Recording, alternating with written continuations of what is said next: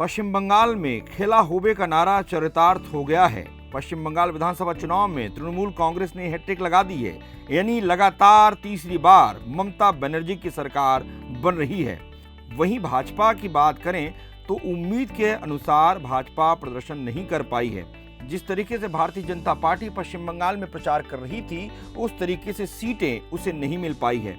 और दुखद बात यह है कि कांग्रेस वहां से खाता भी नहीं खोल पाई। लेफ्ट की भी हालत वहां पतली हो गई। अब सवाल ये आता है कि आखिर ये कौन है चमत्कार करने वाली? ममता बनर्जी दीदी।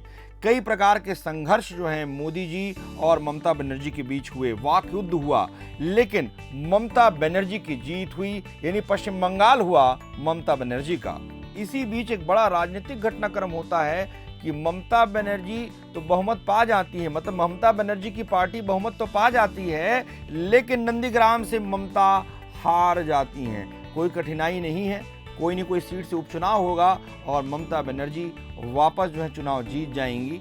वैसे शपथ ले रही हैं ममता बनर्जी, तो जानना जरूरी है कि कौन है ममता बनर्जी। कोलकाता में जन्म लेने वाली ममता केंद्र में 2 बार रेल मंत्री रह चुकी हैं। उन्हें देश की पहली महिला रेल मंत्री बनने का गौरव प्राप्त है। ममता बनर्जी 20 मई 2011 को पहली और 27 मई 2016 को दूसरी बार मुख्यमंत्री बनी और इसके बाद तीसरी बार उन्हें यह अवसर मिल रहा है पश्चिम बंगाल को संभालने का। ममता बनर्जी के राजनीतिक सफर की यदि हम चर्चा करें तो उन्होंने अपने राजनीतिक करियर की शुरुआत की थी कांग्रेस से सियासी सफर शुरू करने के बाद ममता की गिनती कभी कांग्रेस में राजीव गांधी के भरोसेमंद नेताओं में होती थी, लेकिन फिर पार्टी के शीर्ष नेतृत्व से दुनिया ऐसी बढ़ी कि अपनी अलग पार्टी को उन्होंने गठन कर लिया। मात्र 13 साल के भीतर अपनी पार्टी को उस मुकाम पर पहुंचा दिया। कांग्रेस की स्टूडेंट इकाई से 1970 के दशक में राजनीतिक जीवन की उन्होंने शुरुआत की थी। ममता जल्द ही पार्टी के तेज तर्रार नेताओं में गिनी जाती थी।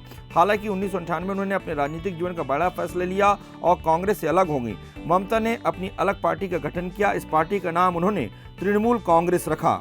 पश्चिम बंगाल में वाम मोर्चे से लड़ाई के बाद ममता ने पार्टी को जन आंदोलन से खड़ा किया। ममता बनर्जी हर बात को बड़ी साफ गोई से कहती हैं। उनकी सादगी बेहद पसंद की जाती है, इसीलिए पश्चिम बंगाल में तीसरी बार उन्हें मुख्यमंत्री के पद पर लोग देख रहे हैं। सफेद सूती साड़ी और हवाई चप्पल में ममता बनर्जी नजर आती हैं और यही पहचान है ममता बनर्जी की। सिंगूर में किसानों के समर्थन में धरने की बात हो या आमरण अनशन का मसला हो, नंदीग्राम में पुलिस की गोलियों के शिकार लोगों की लड़ाई हो, ममता हमेशा जन आंदोलन के साथ, जनता के मुद्दों के साथ खड़ी रही हैं।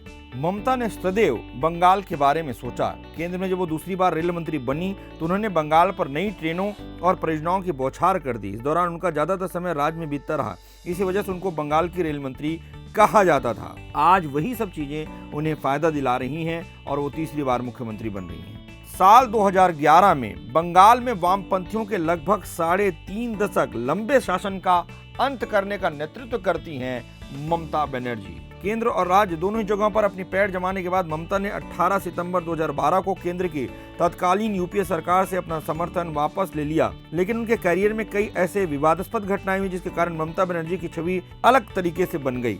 लल्लूराम.com परिवार की ओर से ममता बनर्जी जी को बहुत बहुत शुभकामनाएं। अगर आपको हमारा वीडियो अच्छा लगा तो फेसबुक पेज पर लाइक करें और यूट्यूब पर सब्सक्राइब करें।